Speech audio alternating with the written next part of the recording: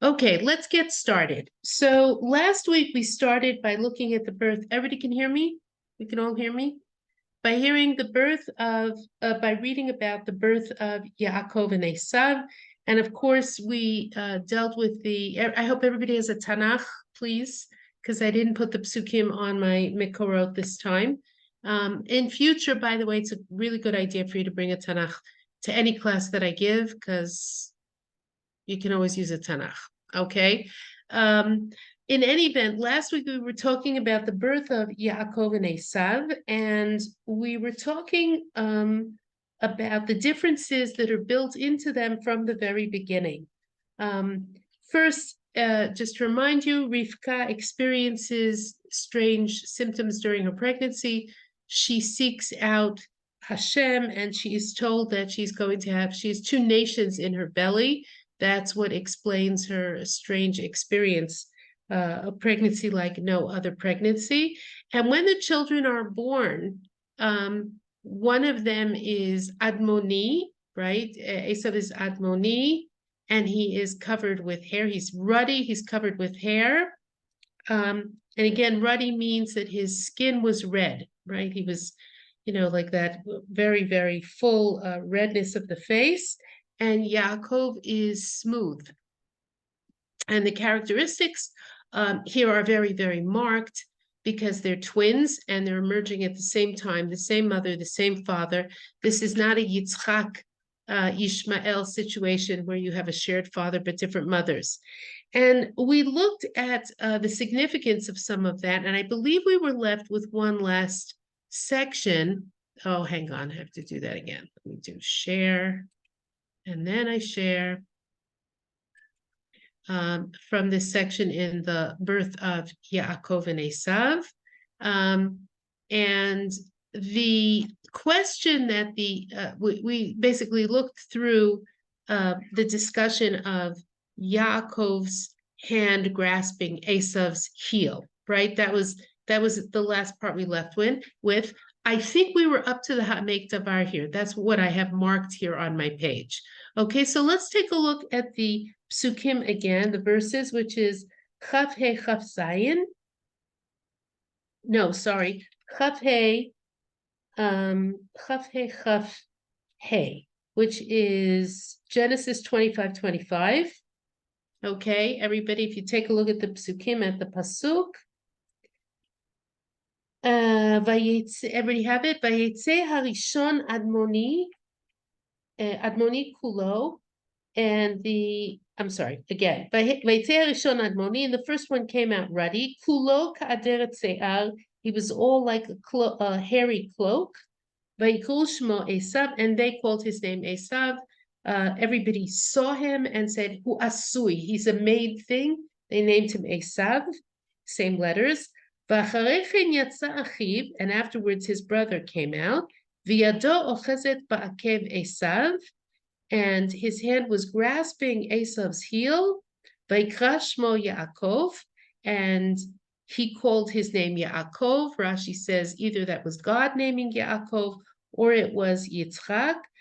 Yitzchak ben shishim shana beledet otam, and Yitzchak was 60 years old when he gave birth to when they were born. Okay.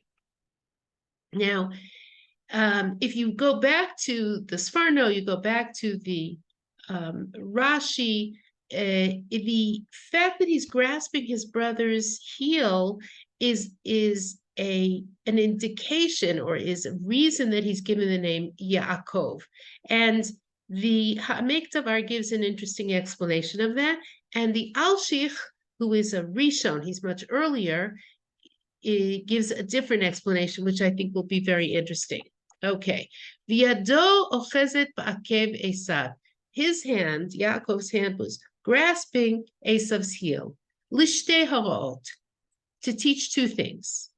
Im yehe b'shiflut, or for it can be read as having a dual meaning, right? Im yehe b'shiflut u'v'galut, if he will be in a low state and in exile, yehe ritzono liot nimshach acharav yoter mid'sha'ar umot ha'olam. Yaakov's desire will be to be connected more with Esav than with the rest of the nations of the world.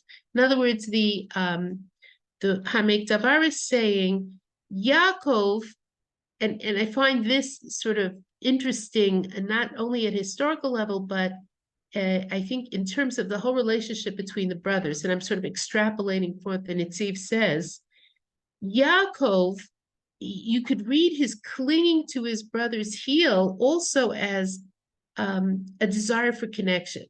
When Yaakov's at the bottom, he cleaves to Esav. That's what, when he's in a state of, in a low state, or he's in galut, he's going to want to follow Esav more than other nations. Kidita begitin perak bet yud zayin amud aleph. O bitulcha, o bitula devar Esav. It is a discussion there in Gitin where somebody is talking about the Persians, right? The Persians are not descended from Esav, and the Persians are, they come into the Beit Midrash and they turn out the lights, basically, something like that. It's a little discussion there, which we don't need the details of. And one of the people sitting in the Beit Midrash says, oh, you guys who live in Bavel, you Babylonians, you really you totally messed up here. If you're going to be in Galut, it is better that you be in your own shadow, or rather, if you can't be on your own land, you can't be in your own shadow, then you should be in the shadow of the sons of Esav, right? In other words, that there is still, Esav has some sort of, you have some sort of common grounds with Esav. Now, that's the Gemara, and what the Netziv is saying here is the grasping at the heel. Yaakov's behind, Esav is ahead. Yaakov would rather be connected to Esav than to other nations of the world. That's the first way to read the symbolism of what's happening there. But when Yaakov is at a high level, when Yaakov is on the, on top,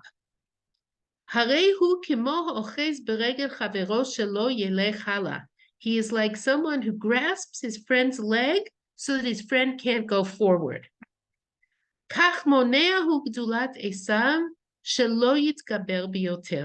Thus, Yaakov prevents the greatness of Esav so that he cannot become even stronger. So the Hamek Davar reads it as a sort of complex symbol.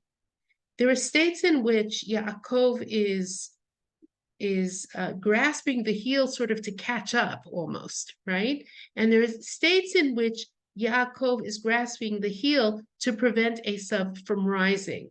And I think that part of what's sort of being described here, and we're going to see this motif repeated later when we talk about if we have time to talk about the fact that Yaakov and Esav are twins, they shared a womb, and they are interconnected. So much so that the symbolism of that gets played out in a variety of different historical settings and even in halachic settings. The idea of the Seir L'Azazel, the scapegoat, and the goat that is sacrificed in the Beit HaMikdash is seen as they are seen as symbols for Yaakov and Esav. So there is a kind of, I would say, and this is simplifying, a kind of love-hate connection between these brothers. They're still brothers. They have an uneasy relationship, but there is a connection between them. Yaakov's hand connects them, whether for the good or for the opposite. Okay. Now, the Torah Moshe, Rav Moshe Alshich, who is a Makubal, he's a Kabbalist, but he's also, I think we've looked at Alshich together in some of our classes prior to this. He's also very much a Pashtan. He's very much a person who asks the kinds of questions Rashi or the Ramban would ask about how the text is written, about the significance of things. He pays attention to grammar and details like that. He gives a very, very interesting reading here. Okay, and if we go back to the pasuk, what the pasuk says is, he comes out and his hand is holding His hand is grasping his brother's heel, right? And it says, in the same verse, it says, and afterwards his brother came out, and his hand was grasping his Esav's heel. Vayikra shemo Yaakov, and he called his name Yaakov. Now, it doesn't say Al Kain kara shemo Yaakov. It doesn't say therefore he called his name Yaakov. But the otherwise the words here are sort of a non sequitur.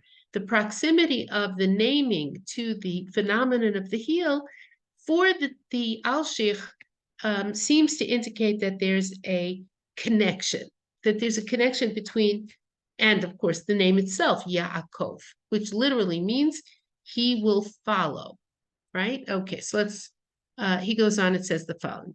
Let me do it, see if I can do it like this. And here it seems strange to think. He's paraphrasing a pasuk from Hosea, but what he's saying is, it seems strange to think that Yaakov's name would be called Yaakov because he's holding on to Esav's heel. That's a funny reason to give for the naming of a child, right? Esav is self-evidently a sui. He's a maid. He's a very well-cooked baby, so to speak, right? And so Esav, a sui, that makes sense. But why name Yaakov after the fact that he is holding his brother's heel? He's grasping his brother's heel. Shehu davar bilti ikari. This is something non-essential, he's saying. It's not the main point. You know, when we give it, this is an opportunity to think about when we give babies names, there are all sorts of reasons why we give babies names. Sometimes the names are in memory of somebody, or sometimes the names are aspirational, what we hope for the baby. Sometimes the names are aesthetic. We like the way the name sounds. There are lots of reasons to give a baby a name. The fact that he was tangled up with his brother at birth seems like a strange reason to name him Yaakov.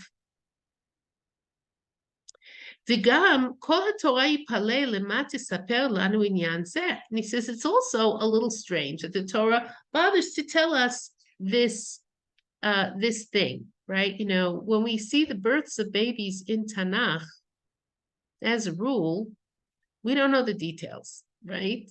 Like, this is not a midwife's convention where you sit around, or mothers talking about their birth experiences. Oh, and this happened and that happened, and you know how the baby came out, and what did the midwife say, and what did right? We don't, you know, the Torah doesn't generally give us this kind of detail.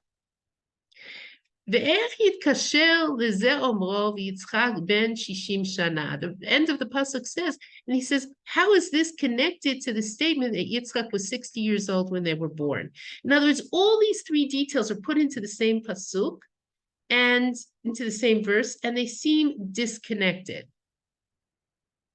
Vigam, and also, ma bal hodienu, what is it coming to teach us? Achine amru Chazal, but here we see that in Chazal, we have a story, an Agadah. Sha'al hegmon echad et Rabban Gamliel, mi tofes hamalchut acharenu. So, and a Roman ruler, a Roman governor asked Rabban Gamliel, who's going to seize the throne after us? If you think about the Romans, you know, had an empire, and the empire was, you know, like all empires, eventually was going to fall apart. And so the ruling governor says to Rabban Gamliel, who's going to be the next Malchut? Who's going to seize power after us? Katavlo, he wrote to him, Viado ochezet ba'akev Esav. He says to the governor, and Yaakov's hand was grasping Esav's heel. Okay.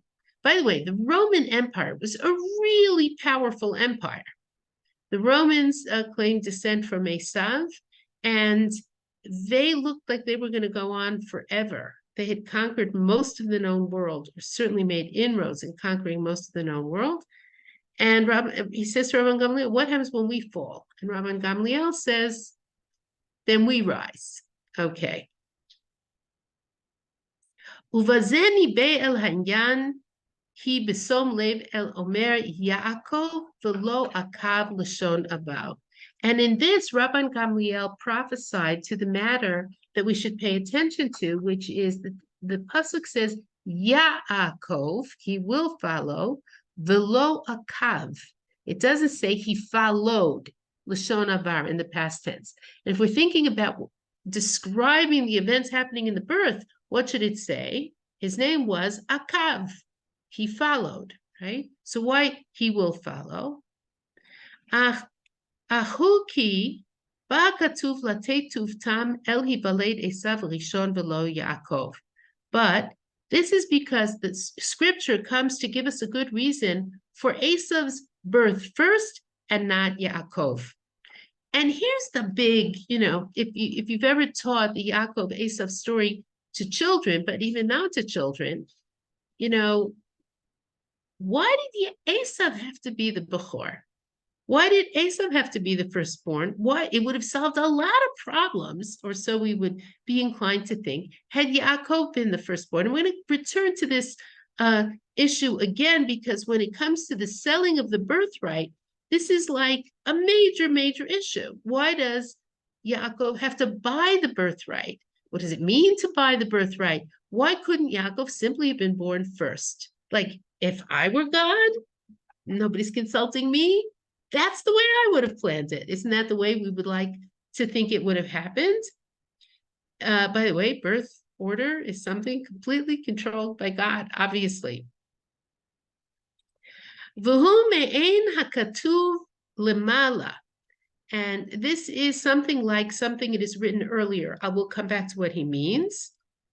V'hinyan ki lama sha'olam hazeh hu I'm sorry, let me start again. V'hinyan ki, and the matter is, ki lema sha'olam hazeh hu hachana el ha'olam haba. Okay? The matter is that this world is preparation for the world to come. Al kain hu hakodem. That's why it comes first, right? Olam hazeh, this world, the world we inhabit, comes first. Kasher katavnu al vahi erev vahi voker ki erev kodem liyoto remez el olam hazeh. Okay, so here the Alshich is referring to a very beautiful piece of Torah, the beginning of Genesis, where he says the following. He says, in fact, I taught this recently in a course I'm giving on Parshat Bereshit, which I had prepared before this whole horrible war broke out, and it became very apt all of a sudden. It's sort of very interesting. This is a big question that we have in general, I think, about why the Jewish day starts at night, right? Vahi erev, vahi boker, Yom Echad, right? Or Yom Sheni, or Yom Shlishi. Evening comes before morning. And by the way, one of the things that's detailed as existing before creation is choshech, darkness. The Alshich analyzes those first few psukim, the first few verses of Parshat Bereshit in a very, very interesting way. And he says, God places night or darkness first, and day comes after, or when we think of the day starts at night and then goes to the morning and then returns to night, to hint to us, to the Jewish people, that this world, the darkness, is a world of imperfection in which the righteous suffer and in which things don't always go the way they're supposed to go or how we'd want them to go. To hint to us that this world comes before the world to come, or the suffering comes before the reward, or the dark stuff comes before the light. And if you think about it spiritually and maybe psychologically as well, one of the things that I think we notice is that Jews tend to be optimistic in the sense that they're very life affirming, right? Jews always, rebuild, right? We got kicked out of here, we rebuild over there. Even now, I mean, to use a contemporary example, which I'm using with great Yirat Kavod, with great respect, people are already talking about going back to those kibbutzim in the surrounding area of Gaza and rebuilding, right? People after the Holocaust got married, had children, even though they saw what could happen to their children. That's the basic orientation of the Jewish people, I think, is optimistic. And I think that it's almost as though, this is without learning the Alshich, without actually understanding the Alshich or studying this question, the Jewish day starts in the darkness, but we always know the morning is going to come, right? It goes to the light. We move from darkness to light. Okay. Now, if we say, as the Alshich will say extensively here and elsewhere, that Esav gets this world. Esav rules in this world. Esav gets this world. But we get the world to come. And we're going to see that issue comes up when we talk about the selling of the Bechorah. Esav will triumph in this world, and that's the darkness, that's the night. And as we head toward morning, Yaakov will triumph. In other words, Yaakov is behind Esav, just as the day follows the night, right? And that is symbolic of their different positions in the world order and in history.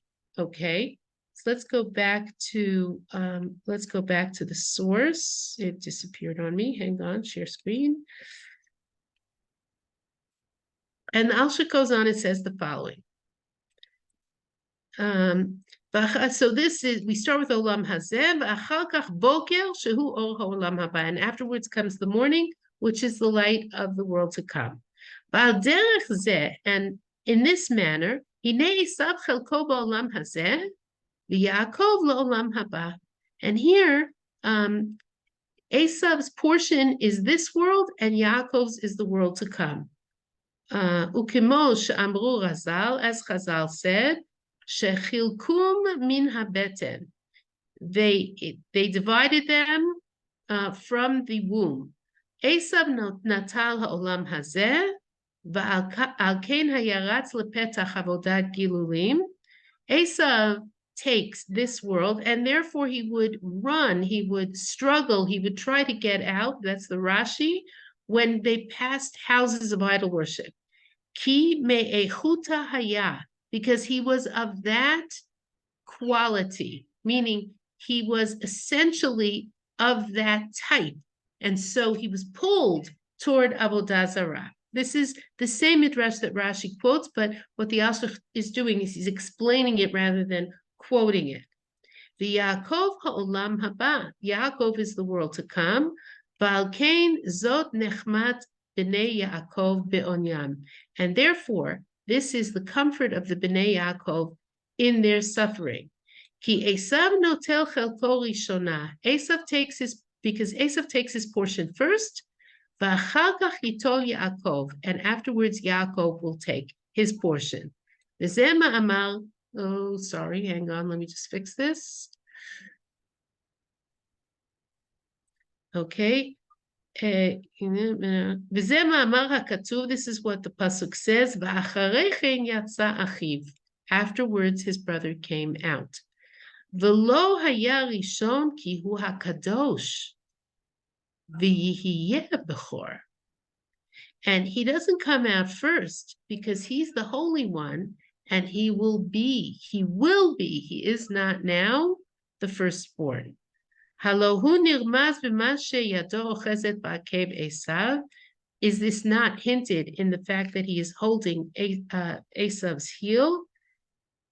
Ki chelko v'tuvo hu ba'akev v'sof tuvo shel Esav.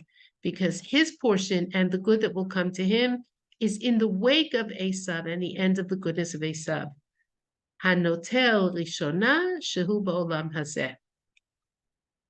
Who takes first?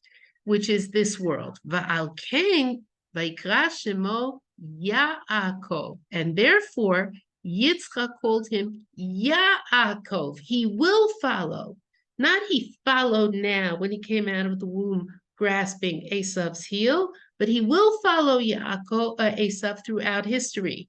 Lomar, to say, Shezenotel Ekev Esav hu al hatid. That is that the pasuk is telling us that he takes the heel of Esav is talking not about this, the circumstances of his birth, but rather about the future.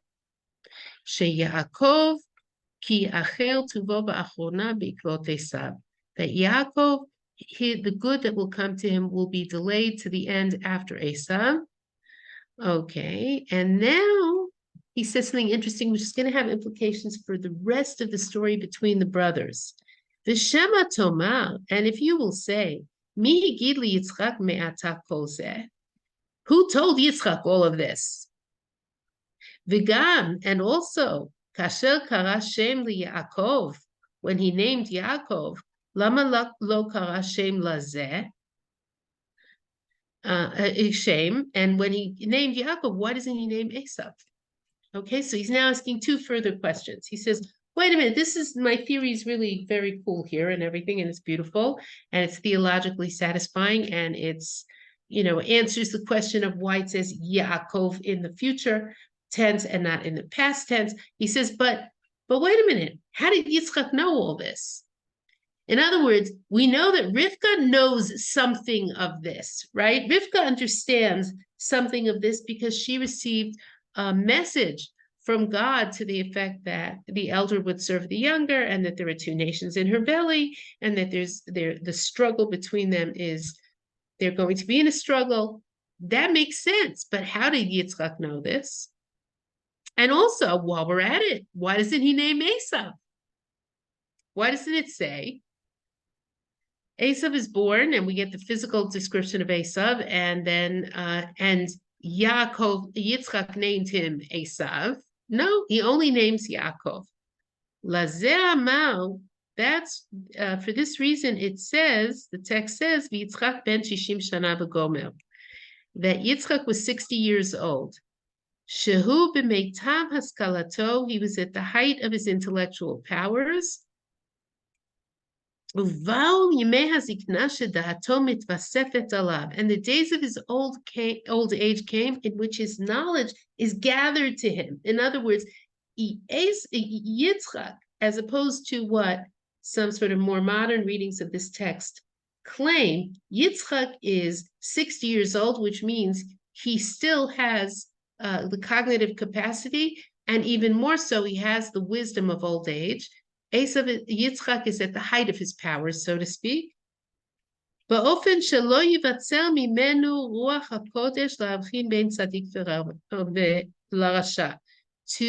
a manner which meant that the divine spirit was not withheld from him for him to understand or to distinguish between tzaddik and rasha.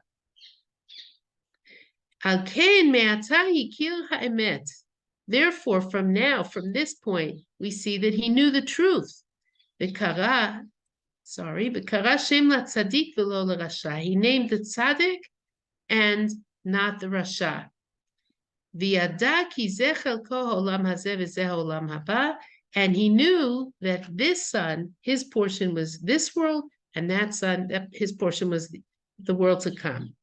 And then he's going on to he says, I'm going to go on and explain this further when it comes to the brachot, is when he re-explores this. So what we have happening here is this.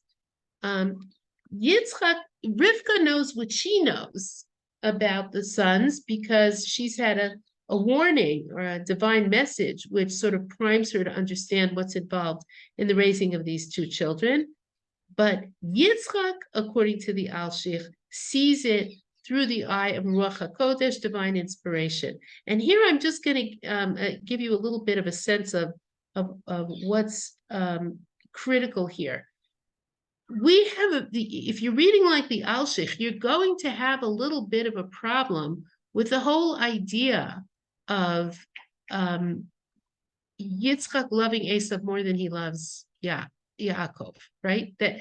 Or why does he want to give him the Bechorah and the blessings, or the blessings more accurately? The Bechorah is something you're born with, right? You don't, even Yitzchak cannot confer the birthright on either of his sons. That's either you're born the Bechor or you're not born the Bechor.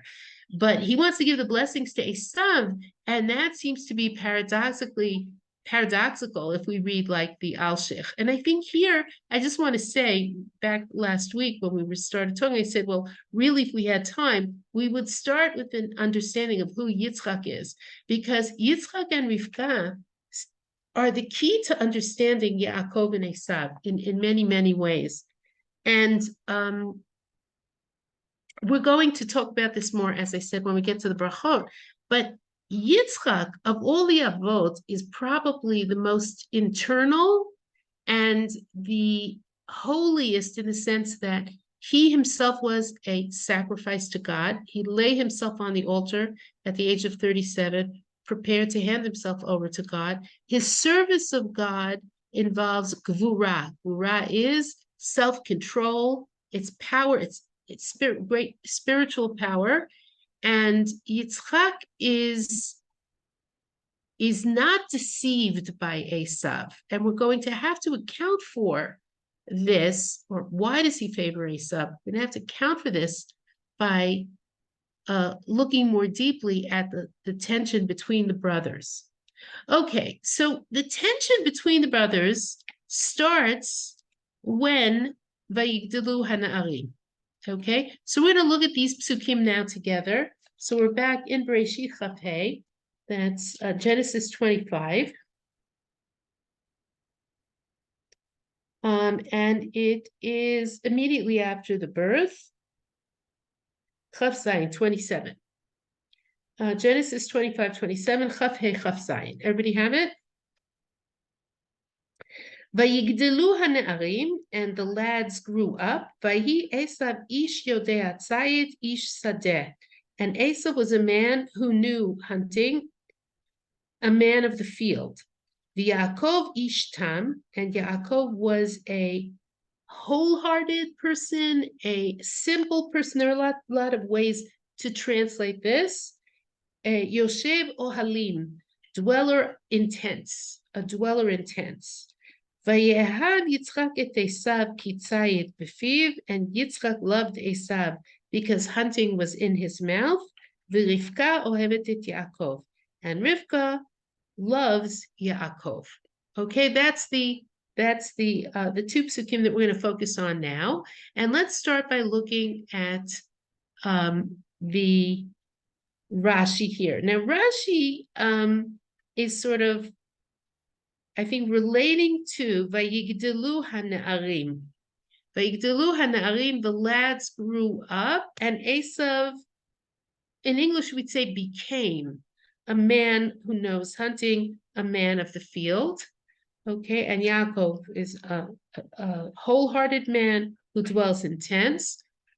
I think Rashi's wondering why of course they grew up, right? So why tell us, and the lads grew up? With like we would figure that out, right? We don't need that statement. So Rashi explains the following.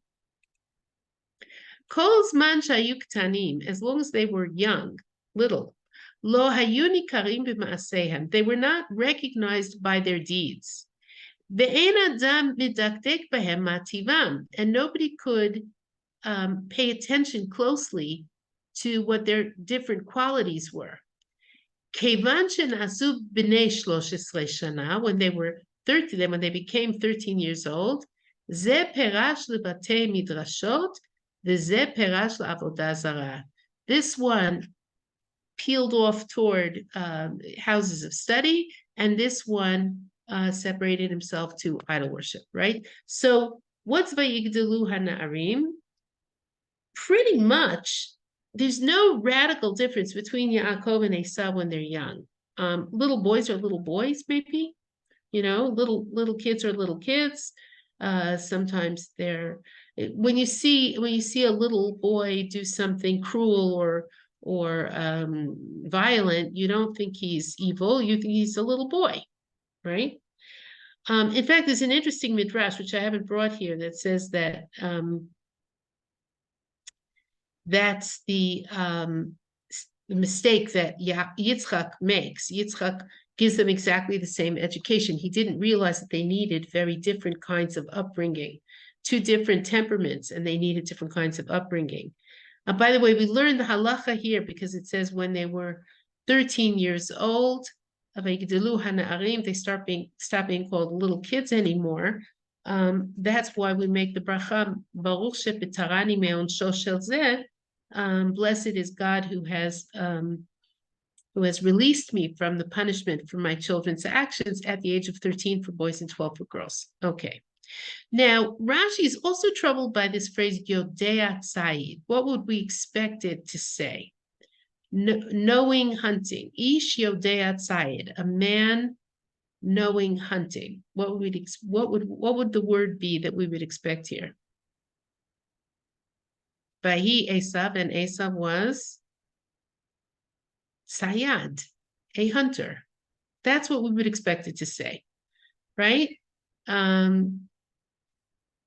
We would also expect it to say about Yaakov, Vahi Yaakov ro'et tzon. Yaakov became a shepherd. It doesn't say what we expect in the description of these brothers in the pasuk. What does it mean to know hunting? And Rashi explains, Latzu de l'ramot et aviv befiv, to hunt and to trick his father with his mouth. V'shoalo, and he would ask him, Abba, he'ach ma'asrin et hamelech melach ve'et hateven. How do you tithe salt and straw? Okay. The answer is you don't tithe salt and straw. Okay. Kisavur aviv shehu mitaktek b'mitzvot. His father thought that he was stringent in keeping mitzvot. Now, Rashi's reading, which is taken from Tanchuma, definitely contradicts the approach taken by the Alshech, right? In other words, in Rashi's reading, the reason that Yitzchak favors Esav is because he thinks Esav is something other than he actually is.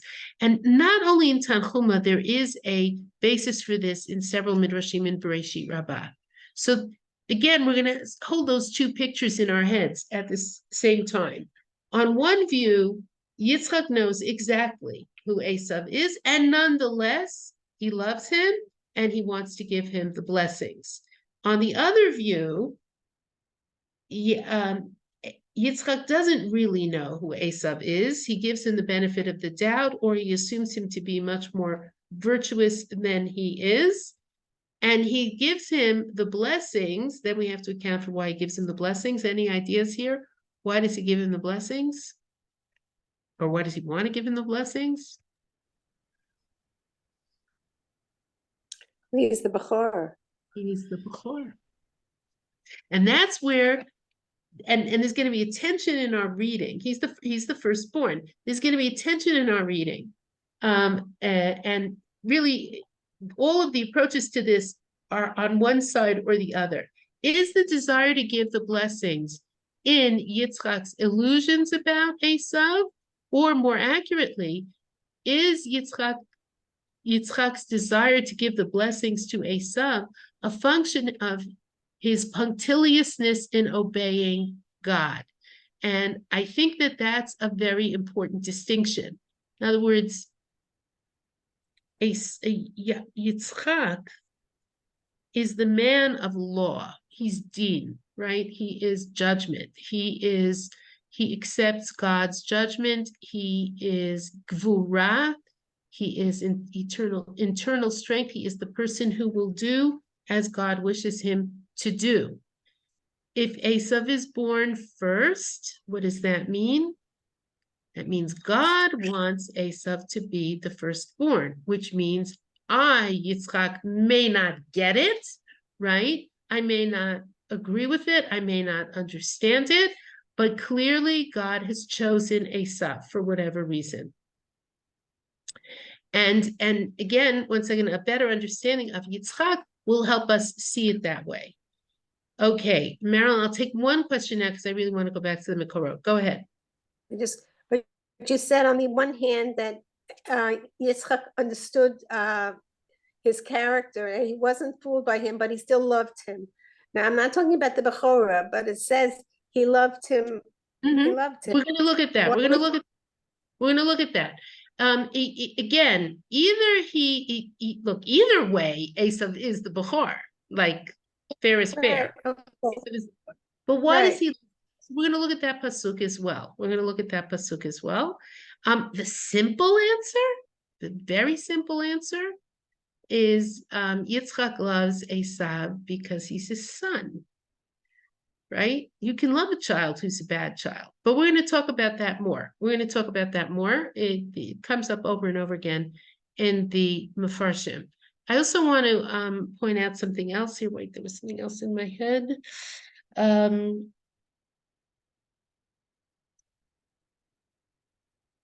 Let's go on. It'll come to me or not, but let's go on. Okay. Excuse me. Also, Esav feeds him. He shows, yes. We're going to talk about that. We're going to talk about that in a minute. That's the comparison between the love of one parent and the love of the other. I was going to say something else that I have found very, very intriguing and interesting and important in understanding this story. Whatever else Esav may be, one of the things that emerges very clearly from this story is that he loved his father. His love for his father. If there's anybody in the world that Esav cares about, it's his father.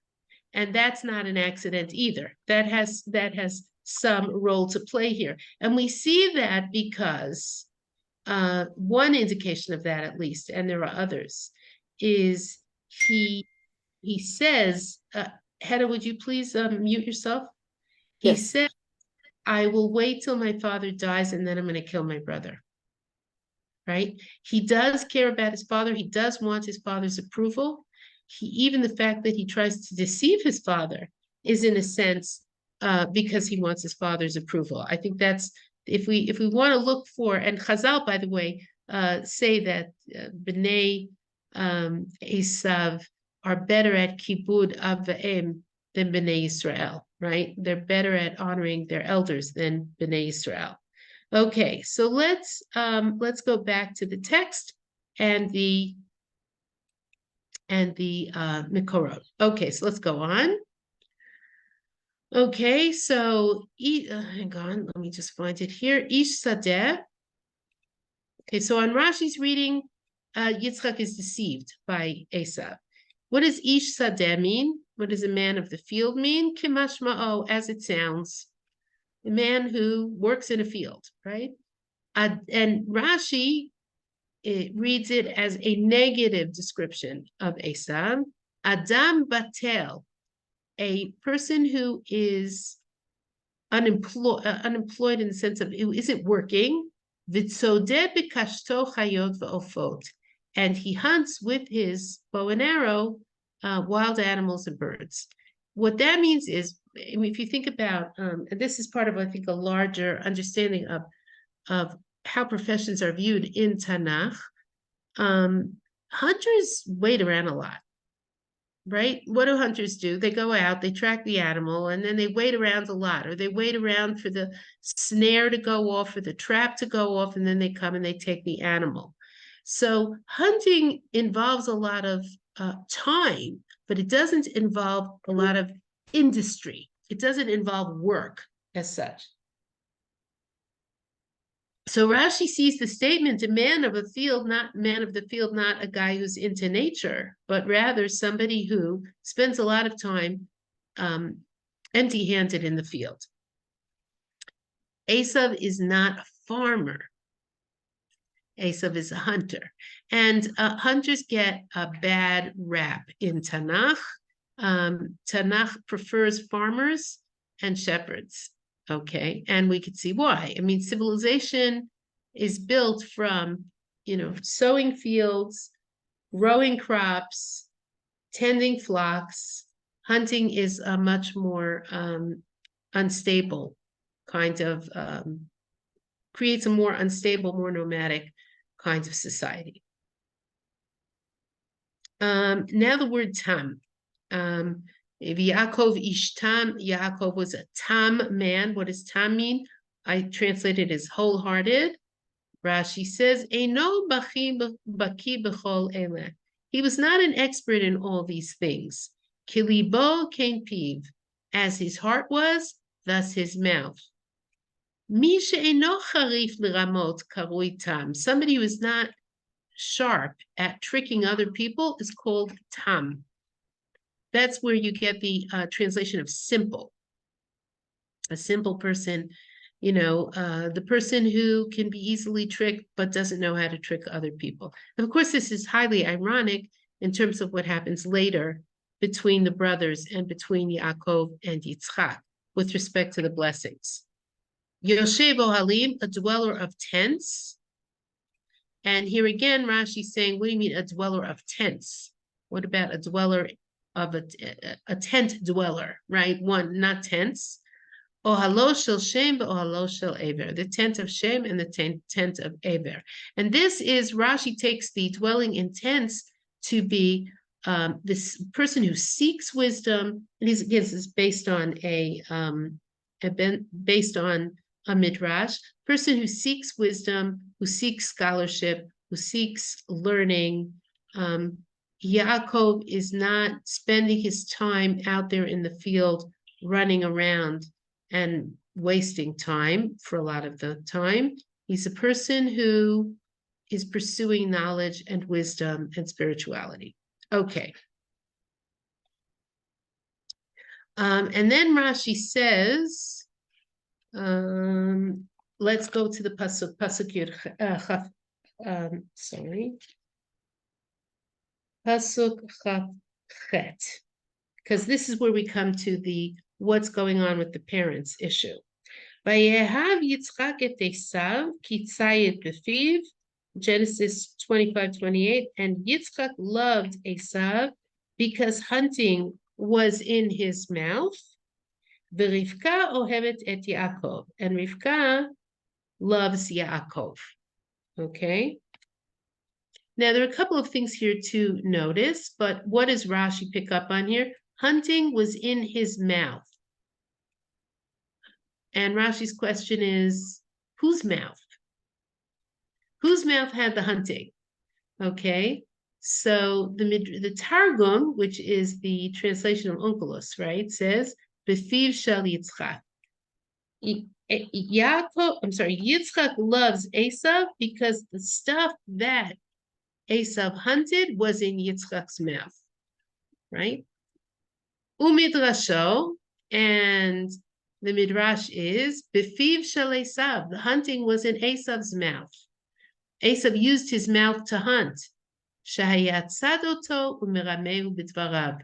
He hunted down his father and tricked him with his words. Now, the Rashi's question actually makes a lot of sense, because if we were writing this pasuk, which we don't get to do, we would expect it to say something like, Ve'yahav Yitzchak et Esav ki he'achiloto ki ochel b'fiv, where he gave him food. We wouldn't expect it to be hunting was in his mouth. So those are the two possible ways of reading it. Okay. The Sforno reads it differently. The Sforno takes a different tack here. He says the following. Vayehav Yitzchak et Esav, and Yitzchak loved Esav, gam et Esav. He loved also Esav. Af al pi sheyada b'li safek shelo haya shalem ki Yaakov. Even though he undoubtedly knew that Esav was not as wholehearted or whole, perfect as Yaakov.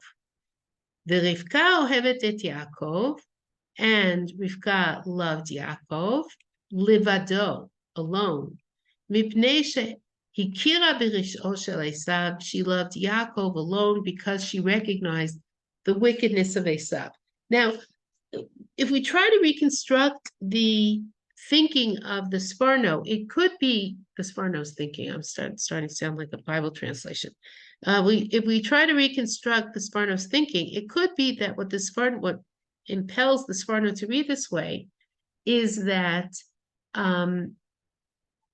is that it says, Vayehav et Esav ki, right? He loved Esav because, right? As opposed to Rivka loves Yaakov without any qualifying reason. No, there's no reason that's given here.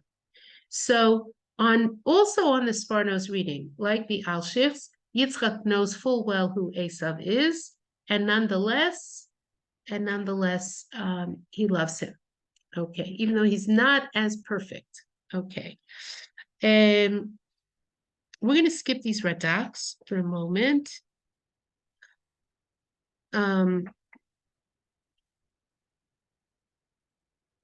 Okay, the radak sort of, this piece of the radak we'll read here.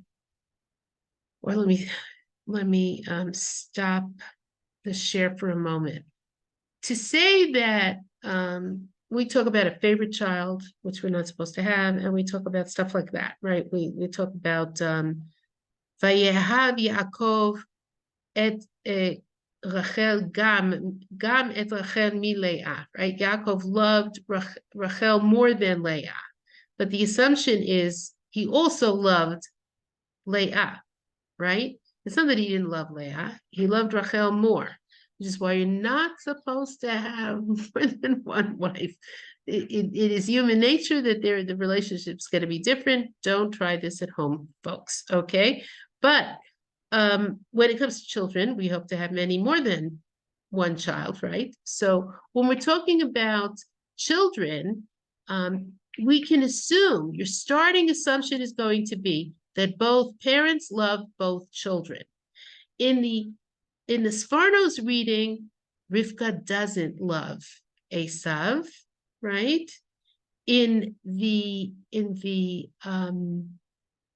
Radak's reading, they both love both children, but one favors one over the, I'm sorry, not the Sforno says she doesn't love Esav at all because he's wicked. And in the other reading, it's that she loves Esav too, but she loves Yaakov more or more truly.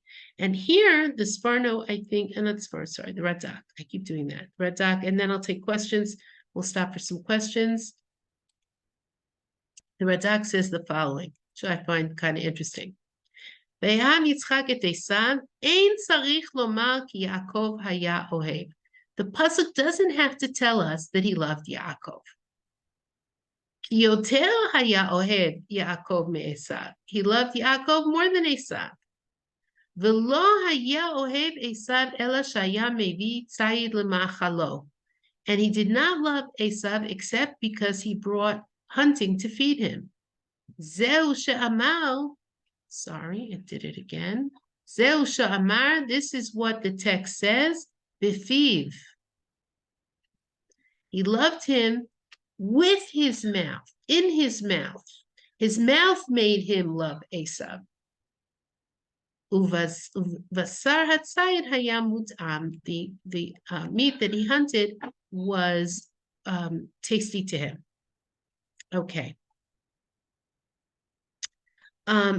So again, we're going to see the relationship between the parents and the children here is more complex.